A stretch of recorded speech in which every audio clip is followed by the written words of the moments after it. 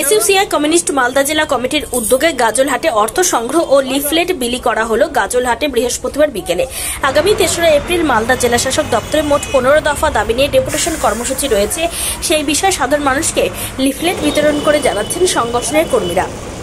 কেন্দ্র রাজ্য সরকারের জনবিরোধী নীতির বিরুদ্ধে, শ্রমিক কৃষকদের ন্যায্য দাবিতে, অভয়ার ন্যায় বিচারের দাবিতে এবং মদের ঢালাও লাইসেন্স, গাজলে বেহাল নিকাশি ব্যবস্থা, মালদার ইংরেজবাজার শহরে আবর্জনার পরের প্রতিবাদে জেলা শাসককে ডেপুটেশন দেবেন সংগঠনের কর্মী।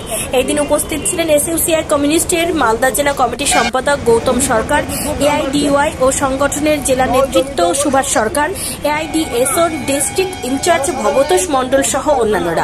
দল এসইউসিআই কমিউনিস্টের পক্ষ থেকে লাগাতার গণ আন্দোলন চলছে। তারই ধারাবাহিকতাতে আগামী ৩রা এপ্রিল রাজ্য জুড়ে সমস্ত জেলা দপ্তরগুলোতে কোথাও আইন অমান্য, কোথাও বিক্ষোভের কর্মসূচি নেওয়া হয়েছে। আমরা মালদা জেলা কমিটির পক্ষ থেকে আগামী ৩রা এপ্রিল কেন্দ্র রাজ্য সরকারের জনবিরোধী নীতির বিরুদ্ধে ডিএম ডেপুটেশন বিক্ষোভের কর্মসূচি নিয়েছি। তারই অঙ্গ হিসেবে আজকে প্রচার করছি। গাজল তো অনেকদিন ধরেই সরকার বলছে যে এটা একটা মিউনিসিপ্যালিটি হতে পারে, কিন্তু এখনো পর্যন্ত গাজলে কোন রকম ড্রেনেজ সিস্টেমই চালু হয়নি। এখন মিউনিসিপ্যালিটি হয়তো দূরের কথা। ফলে আমরা চাই ইমিডিয়েট এখানে একটা মাস্টার প্ল্যান করে ড্রেনেজ সিস্টেম হোক, উন্নত করা হোক গাজলটাকে।